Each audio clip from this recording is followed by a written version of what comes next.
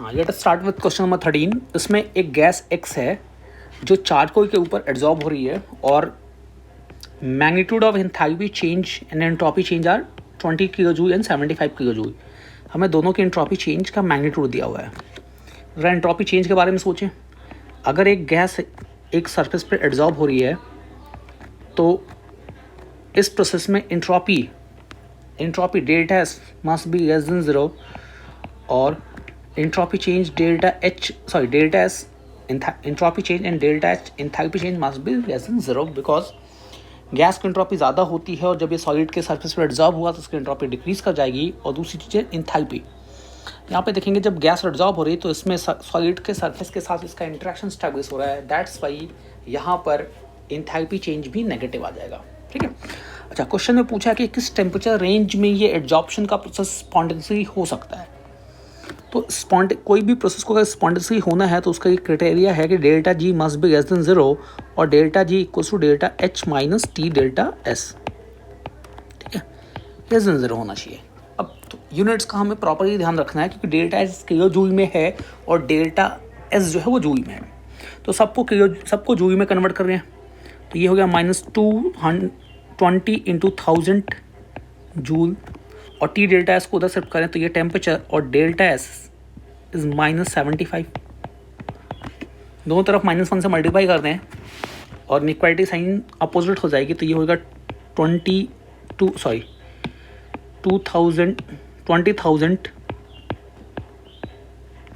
Upon 75 kelvin से temperature कम होना चाहिए। The temperature must be less then 20,000 upon 75 that is 287.5 kelvin से temperature कम आना चाहिए, यानी अपना C option.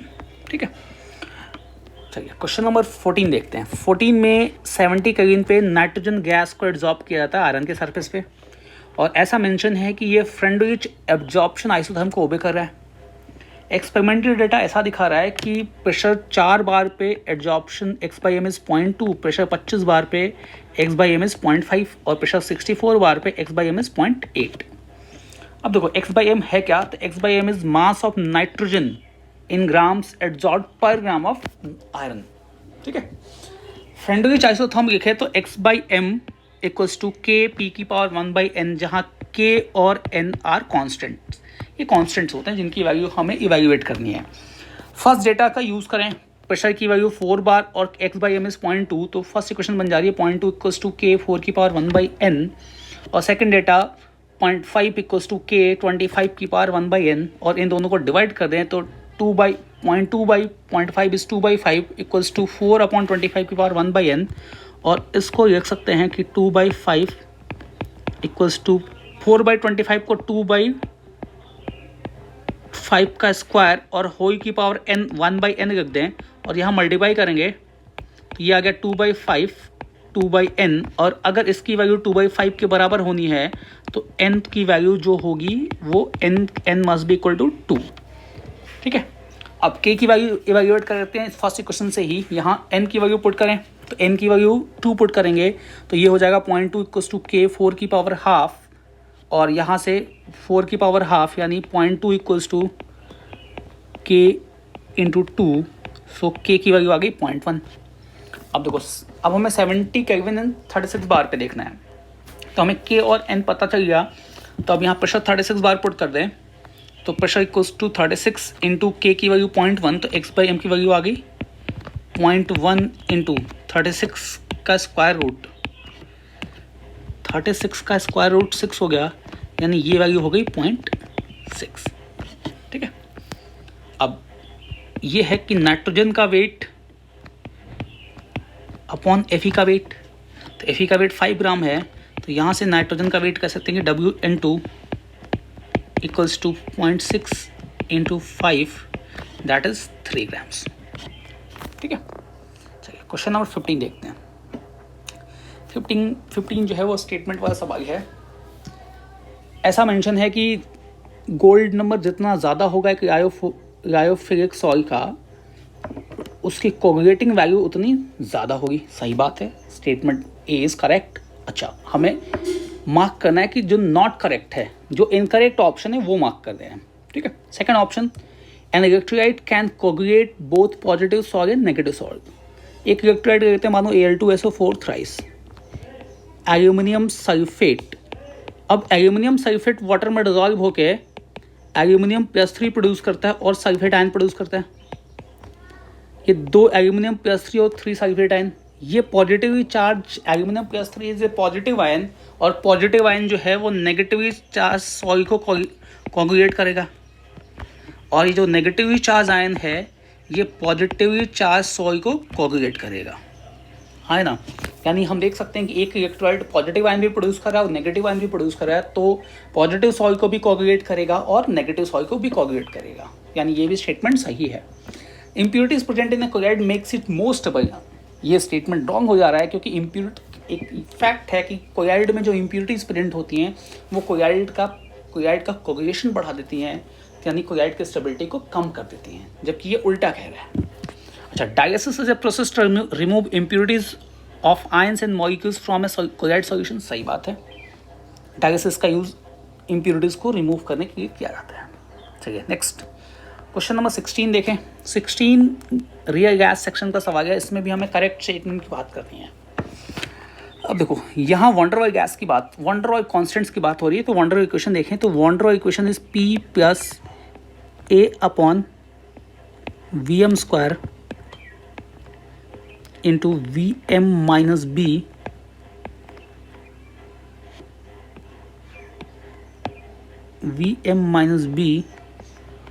equals to RT। ठीक है, अब देखो, अब A है क्या, तो A is a measure of attractive force, ये पहला स्टेटमेंट तो सही हो जा रहा है, और B क्या है, तो V is a volume correction factor, या इसको हम को वॉल्यूम या एक्सक्लूडेड वॉल्यूम भी नाम देते हैं। ठीक है, अच्छा B की यूनिट तो देखेंगे Vm और B की यूनिट सेम आनी चाहिए, तो B की यूनिट जो है वो Vm की यूनिट मोलर वॉल्यूम की यूनिट के बराबर होगी, और ये हो जाएगा लीटर पर मोल। और अगर हम A/VM² की यूनिट की बात करें तो A/VM² की यूनिट जो होगी वो होगी ATM के बराबर, प्रेशर की यूनिट के बराबर होगी, क्योंकि प्रेशर में प्रेशर जुड़ेगा, तो A की यूनिट आ जाएगी Vm² की यूनिट इंटू ATM। तो Vm² क्या हो गया, तो Vm² देखोगे किसकी यूनिट हो गई, ATM litre square mole inverse. ठीक है, क्वेश्चन नंबर 17 देखते हैं।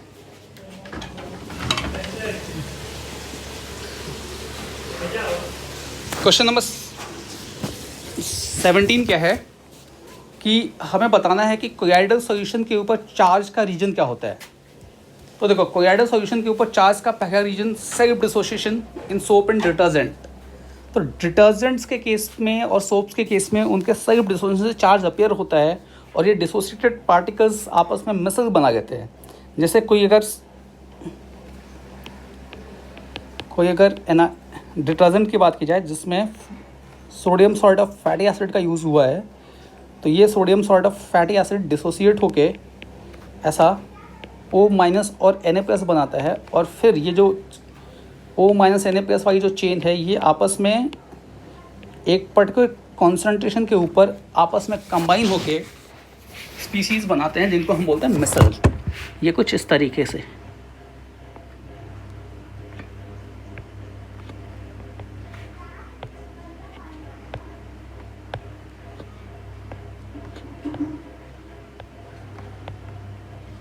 और इन मिसल्स पे देखेंगे कि इन मिसल्स पे बाहर नेगेटिव, यहाँ पे इस केस में बाहर नेगेटिव चार्ज है, और यहाँ पे charge is due to self dissociation के कारण इन पर चार्ज आया, फिर ये एसोसिएट होकर आपस में कोलाइड बना रही है। ब्रेडिक आर्क मेथड में इलेक्ट्रॉन कैप्चर काफ़ी फैक्चुअल बात है।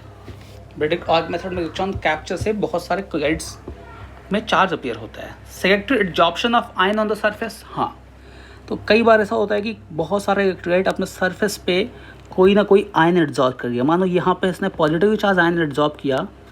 अब इस पॉजिटिव होता क्या है कि फॉर्मेशन के टाइम पे हम small amount of electrolyte add करते हैं, और ये इलेक्ट्रोलाइट जाके कोलाइड पीपीटी के ऊपर एडजॉर्ब हो जाता है, और फिर इनमें दोनों पॉजिटिव चार्ज के बीच में जो रिपल्सन है, उस रिपल्सन की वजह से ये जो पीपीटी है वो कोयाइडल रेंज में डिसोसिएट हो जाती है और ये कोयाइड का फॉर्मेशन हो जाता है। ठीक है। Next, it is due to addition of protective colloid. ये स्टेटमेंट रॉन्ग है। प्रोटेक्टिव कोयाइड्स के एडिशन की वजह से चार्ज नहीं अपीयर होता है। ठीक है। नेक्स्ट, क्वेश्चन नंबर 18 देखते हैं। इसमें एक आइडियल गैस है, इसको हमने इस कंटेनर में रखा हुआ है और बहुत सारे स्टॉपर्स लगा रखे हैं और स्टॉपर्स धीरे धीरे रिमूव किए जा रहे हैं। तो गैस वॉल्यूम V1 से एक्सपैंड होके गैस का volume initial pressure P1 volume V1 से एक्सपैंड होके pressure P2 and volume V2 पे जा रहा है। वॉल जो है वो डायाथर्मिक है। डायाथर्मिक का मतलब हो गया कि कंडक्टिंग वॉल है। कंडक्टिंग वॉल है, हीट का कंडक्शन होगा। अच्छा, दूसरी चीज़ फ्री पी एक्सटर्नल ज़ीरो है। पी एक्सटर्नल ज़ीरो है, इसका मतलब है कि ये फ्री एक्सपेंशन अगेंस्ट वैक्यूम जैसा है। अब इसको कनेक्ट करें, free expansion of ideal gas, वो भी कैसे, आइसोथर्मल। तो isothermal free expansion, conducting wall है मतलब आइसोथर्मल होगा। आइसोथर्मल पी एक्सटर्नल ज़ीरो है तो फ्री एक्सपेंशन होगा और मैटर कौन है, आइडियल गैस। तो हम इसको कह सकते हैं कि फ्री एक्सपेंशन ऑफ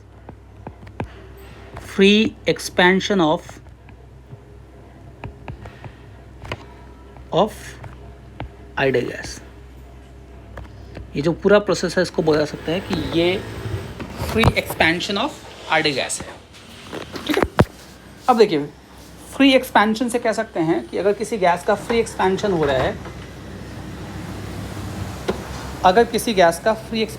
रहा है, तो उस कंडीशन में फ्री एक्सपेंशन में work done will be zero. अगर गैस का फ्री एक्सपेंशन है तो work done will be zero. और आइसोथर्मल फ्री एक्सपेंशन है, यहाँ एक आइसोथर्मल टर्म भी इंक्लूड कर देते हैं। तो अगर आइसोथर्मल फ्री एक्सपेंशन है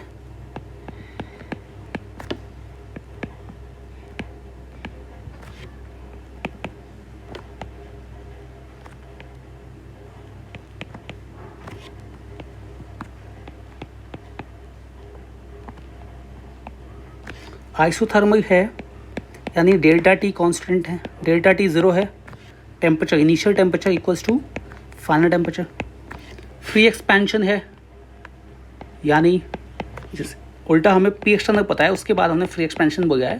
तो पी एक्सटर्नल ज़ीरो है तो वर्क की वैल्यू ज़ीरो आ गई। और आइडियल गैस का ये है तो हमें पता है कि आइडियल गैस का ये you is function of temperature only. और जैसा देख रहे हैं कि आइसोथर्मल प्रोसेस है तो टेम्परेचर कांस्टेंट है, तो delta U equals to zero यानी U1 इक्वल्स टू U2। ठीक है। प्रेशर के बारे में देखें तो आइसोथर्मल प्रोसेस है तो pressure P1 V1 pressure into volume equals to P2 V2 equals to nRT। अब P2 देखें तो P2 की वैल्यू हो जाएगी P2 equals to P1 V1 upon V2 और एक्सपेंशन हो रहा है तो V2 is greater then V1, दस P2 is less than P1। चलिए देखते हैं ऑप्शन कौन कौन से सही हो जाएंगे। आइसोथर्मल है तो T1 equals to T2, P1 equals to P2 नहीं हो सकता, U1 इक्वल्स टू U2 हो जाएगा और W equals to zero, Q equals to zero and delta U equals to zero. ये सारे ऑप्शन हो जाएंगे। चलिए नेक्स्ट क्वेश्चन नंबर 19 पे आते हैं। 19 भी स्टेटमेंट का सवाल है। इसमें ऐसा दिया हुआ है कि इसमें पूछा गया कि कौन सा स्टेटमेंट फॉल्स है। देखते हैं पहला जो ऑप्शन है कि हाफ Cl2 गैस डिसोसिएट करके Cl गैस बना रही है और हमें बताना है कि इसका डेल्टा एस कैसा है। तो हाफ मोल गैस से 1 मोल गैस बन रहा है और अगर हाफ मोल गैस से 1 मोल गैस बन गया तो delta S reaction is greater than zero, entropy is increasing. Next है combustion reaction in a sealed container with rigid adiabatic system. तो सील्ड है, रिजर्व्ड है और एडियाबेटिक है। तो सील्ड है, रिजर्व्ड है, एडियाबेटिक है। सील्ड है, रिजर्व्ड है, एडियाबेटिक है, यानी वर्क भी नहीं हो सकता, रिजर्व्ड है तो, और हीट ट्रांसफ़र भी नहीं हो सकता। तो delta U equals to Q plus W, तो उसको भी बोल सकते हैं कि डेल्टा यू विल बी 0। तो ये तो स्टेटमेंट रॉन्ग हो गया। ठीक है। Third, delta G is always 0 for a reversible process in A close system. गलत बात है। क्लोज सिस्टम के अंदर अगर कोई प्रोसेस हो रहा है तो उसके लिए डेल्टा जी नेगेटिव भी हो सकता है, तो ये स्टेटमेंट रॉन्ग हो जाएगा।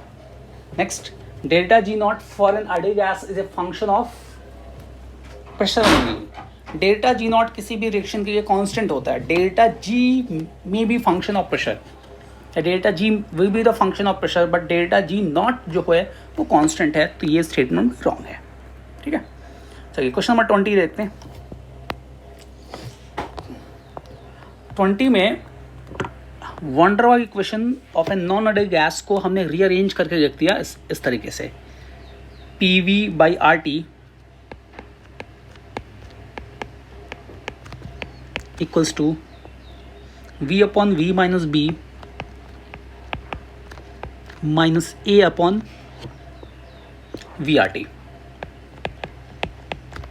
ठीक है। अच्छा, हमने ये 1 मोल गैस का लिखा है, इसलिए मोल्स के टर्म गायब हो गए, यानी जो वॉल्यूम है दैट इज मोलर वॉल्यूम।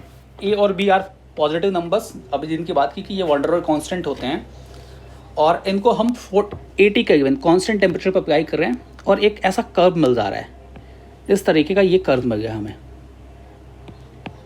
ठीक है, इस तरीके का ऐसा कर्व मिल गया है। अब हमें बताना है कि इनमें से कौन से स्टेटमेंट करेक्ट हैं। तो पहला statement, the two terms v upon v minus B and a upon V R T are never equal. देखो v upon V minus B तो ये हो गया, और a upon V R T ये हो गया। अगर ये दोनों बराबर हो जाए तो P V by R T मतलब ये तो z हो गया, P V by R T यानी z। तो अगर v upon V minus B और a upon V R T आपस में बराबर हो जाए तो z की वैल्यू 1 आ जाएगी, जबकि ऐसा दिख रहा है कि ये ग्राफ तो कभी 1 हो ही नहीं रहा है।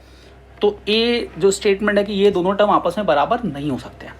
दूसरा टर्म है कि at 80 ATM pressure the two terms this and this are equal. तो 80 एटीएम पे क्या देख रहे हैं कि 80 एटीएम पे P V by R T 80 atm पे P V by R T की वैल्यू कितनी आ रही है, तो 1 आ रही है। तो एट 80 एटीएम कह सकते हैं P V by R T equals to 1 equals to V upon V minus B minus A upon V R T. तो यहाँ से कह सकते हैं कि 1 प्लस 1 माइ, इसमें ऑप्शन है 1, अच्छा सॉरी, हाँ ऑप्शन ये हो जाएगा कि 1 a upon R T, a upon V R T equals to V upon V minus B minus 1 यू आ गया। जबकि यहाँ क्या कह रहा है 1 plus V upon V minus B and a upon V R T R equal. ये तो स्टेटमेंट रॉन्ग हो गया। At a pressure greater than 80 atm the term this is greater than this. तो देखो 80 एटीएम से ऊपर z की value क्या आ रही है, तो 80 एटीएम से ऊपर z की वैल्यू ग्रेटर देन 1 आ रही है। तो हम बोल सकते हैं कि eight P greater than 80 ATM PV by RT must be greater than 1। So अगर अप्लाई करें तो V upon V minus B minus A upon V R T is greater than 1, that is V upon V minus B is greater than 1 plus A upon V R T. ठीक है, तो ये option शायद, ये option देखें तो the term v upon V minus B is greater than A upon V R T plus 1, ये statement सही हो जाएगा। ऐसे ही हम 60 एटीएम पे भी देख सकते हैं कि 60 एटीएम पे z is less than 1। 60 ATM पे z की वैल्यू ये आ रही है, z इज लेस देन 180, और 80 एटीएम से ऊपर ये आ रही है। तो 60 एटीएम पे z की वैल्यू अगर लेस देन 1 है, तो इसी इक्वेशन को हम लेस देन 1 पुट करेंगे और लेस देन 1 पुट करेंगे तो बोल सकते हैं v upon v minus v is smaller than 1 plus a upon V R T. ठीक है, चलिए क्वेश्चन नंबर 21 में ऐसा बोला कि gases like N2 and O2 behave as ideal gases at high temperature and low pressure.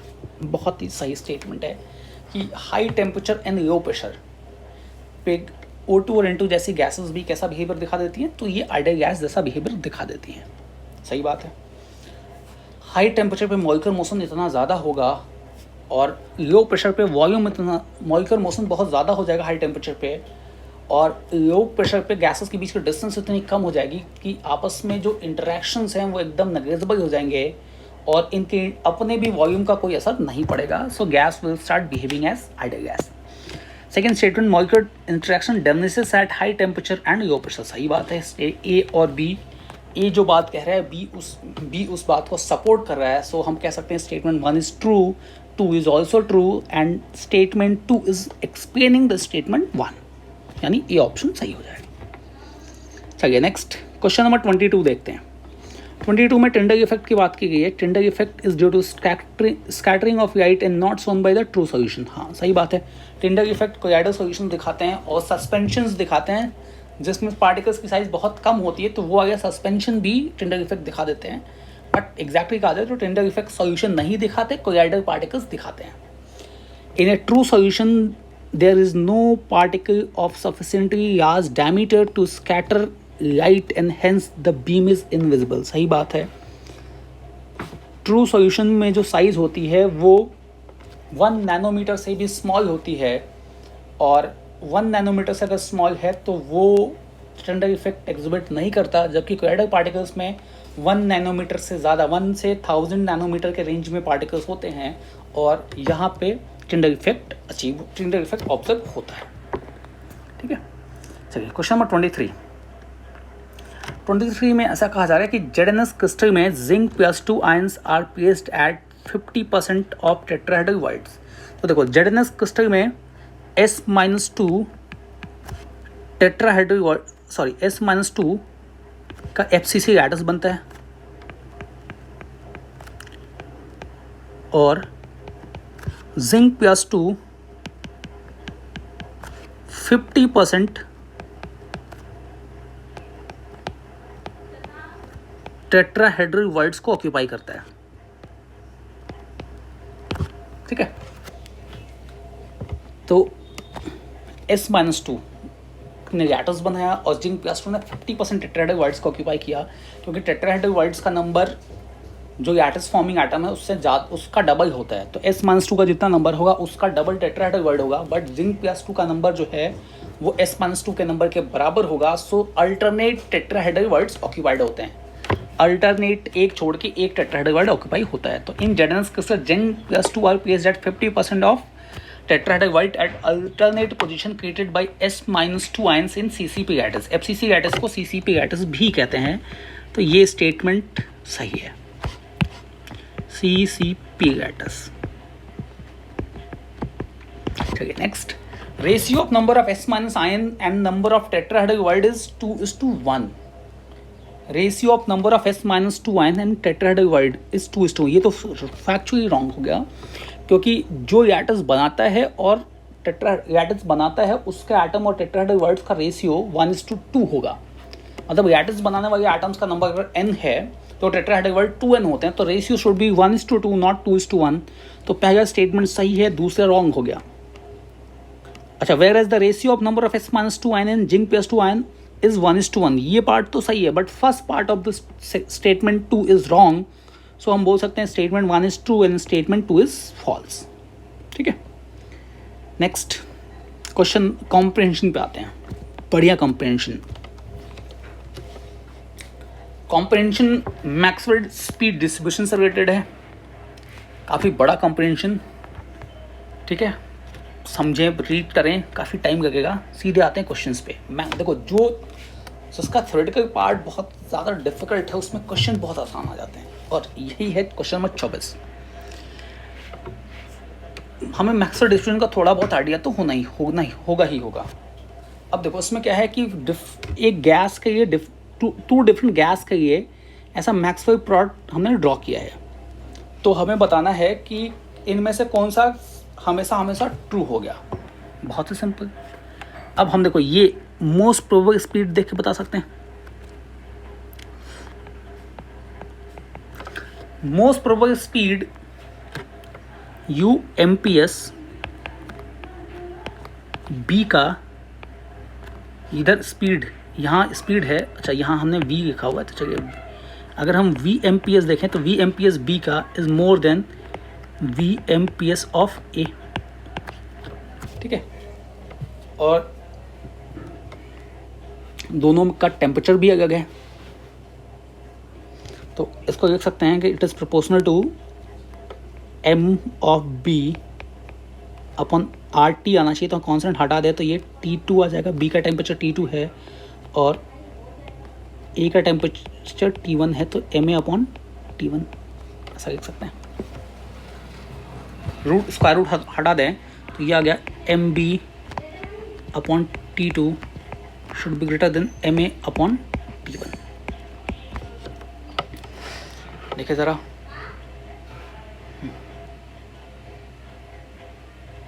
ओहो उल्टा हो गया थोड़ा, इसमें इक्वेशन उल्टी पुट हो गई। ये आता है VMPS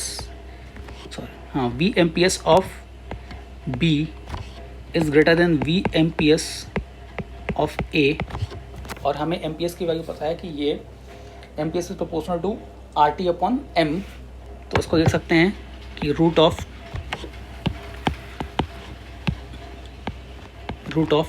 temperature of B T2 upon molar mass of B is greater than temperature T1 upon molar mass of A।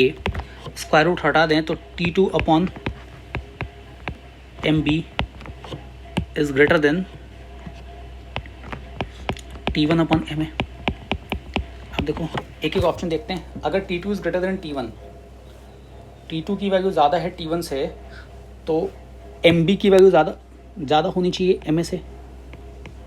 T2 upon T1 should be greater than MB upon MA, ऐसा आ रहा है। T2 by T1, तो अगर T2 की value ज़्यादा है T1 से, तो MB is necessary greater than MA is necessary greater than MB, ऐसा कोई रिलेशन तो एग्जैक्ट नहीं आ रहा है। अच्छा, T1 is greater then T2, तो भी MB और MA में रिलेशन नहीं आ रहा है।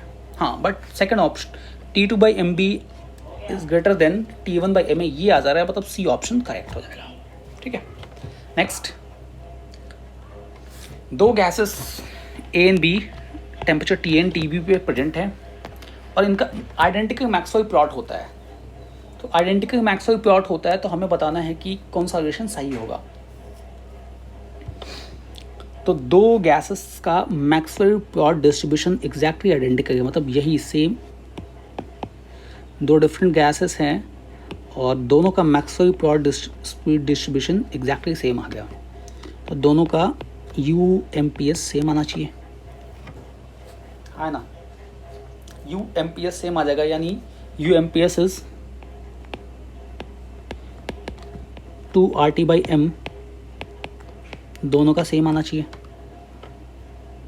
तो यहाँ से कह सकते हैं कि TA upon MA should be equal to TB upon MB। ठीक है, तो पहले TB equal to TA possible नहीं है क्योंकि दो डिफरेंट गैसेस हैं। TB अपॉन TA तभी होगा जब MA अपॉन MB है, तो ये दोनों इंडिपेंडेंटली पॉसिबल नहीं है, A और B। C ऑप्शन देखते हैं, TA upon TB equals to MA upon MB। यहाँ से देखो TA अपॉन TB अगर निकालें तो TA upon TB equals to MA upon MB, जबकि ये उल्टा MB अपॉन MA दे रखा है। तो ABC तीनों नहीं होंगे, ऑप्शन एलिमिनेशन से कह सकते हैं D ऑप्शन होना चाहिए। बोट करके भी देख लेते हैं। तो O2 और SO2 at temperature 27 degree Celsius and 37 degree Celsius. तो देखो O2 के लिए, O2 का टेम्परेचर इज 27 डिग्री सेल्सियस यानी 300 kelvin and molar mass is कितना, तो 32। तो O2 के लिए TA अपॉन MA कितना, TA अपॉन MA इज कितना, 300 अपॉन 32। SO2 के लिए देखें तो टेम्परेचर इज 327 यानी 600 kelvin and molar mass is 64 यानी ये भी आ गया 300/32। हाँ है ना, तो ये दोनों गैसेस एक O2 हो सकती है और एक SO2 हो सकता है, दोनों का टेम्परेचर अलग होगा। O2 will be at a temperature of 27 and O2 can be at a temperature of 27 and SO2 can be at a temperature of 600 kelvin. ठीक है, चलिए कॉम्प्रेंशन 2 पे आते हैं। कॉम्प्रेंशन 2 भी फिजिकल केमिस्ट्री का एक बढ़िया टॉपिक, गिव्स फ्री एनर्जी, काफ़ी कंफ्यूजिंग टॉपिक होता है, इस पे बेस्ड है। अब देखिए इसको ज़रा देख लेते हैं। हमें एक प्लॉट दिया हुआ है free energy versus fraction of NO2 N2O4 molecule dissociated. अच्छा, अब देखिए फ्री एनर्जी जो है, फ्री एनर्जी G0 दे रखी है, एब्सोल्यूट वैल्यू दे रखी है। ये N2O4 है और ये NO2 है। NO2 की फ्री एनर्जी ज़्यादा है और ये 2 मोल ऑफ NO2 है और ये 1 मोल ऑफ N2O4 है। और यहाँ देख रहे हैं कि ये एक मिनिमा बन रहा है। अब देखो इक्विलिब्रियम पे बोलते हैं कि डेल्टा G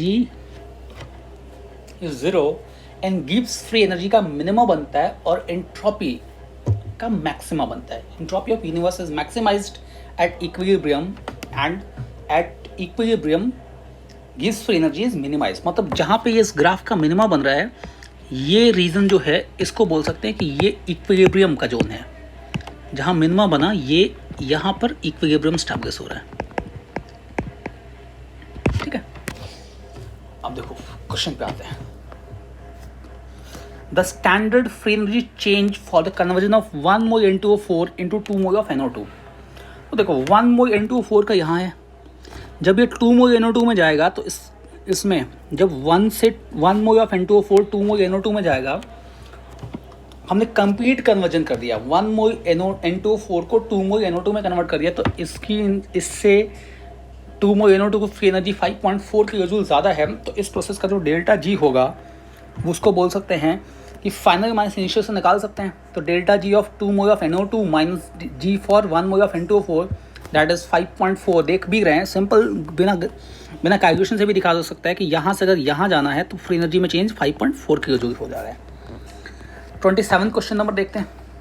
जब हम 1 मोल N2O4 को चेंज करते हैं इक्विलिब्रियम मिक्सचर में, then value of delta G is. अब देखो इक्विलिब्रियम मिक्सचर तो इस जोन में ऑब्टेन होगा, यहाँ ये पॉइंट है और ये उसका फ्रैक्शन होगा। अब देखो इक्विलिब्रियम मिक्सचर अगर हम कहाँ से इक्विलिब्रियम मिक्सचर बना रहे हैं तो 1 मोल ऑफ N2O4, जब 1 mole of N2O4 equilibrium mixture में कन्वर्ट होगा तो 1 मोल N2O4 की फ्री एनर्जी इतनी है और इक्विलिब्रियम मिक्सचर की फ्री एनर्जी उससे 0.84 किलो जूल कम है। यानी 1 मोल N2O4 को जब हम इक्विलिब्रियम मिक्सचर में कन्वर्ट करेंगे तो 0.84 kilojoule free energy 0.84 kilojoule free energy कम होगी।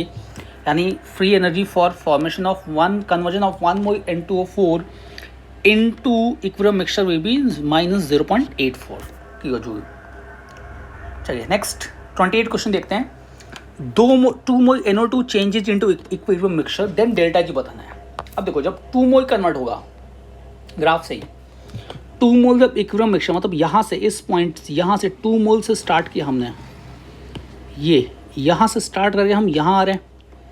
तो देखो इसमें जो गिव्स फ्री एनर्जी में डिफरेंस आ रहा है वो इतना है और इसको देख सकते हैं कि ये -5.4, सॉरी अगर हम डिफरेंस लिख रहे हैं तो बिना माइनस का लिख रहे हैं, ये हो जाएगा 5.4 प्लस 0.84 किलो जूल।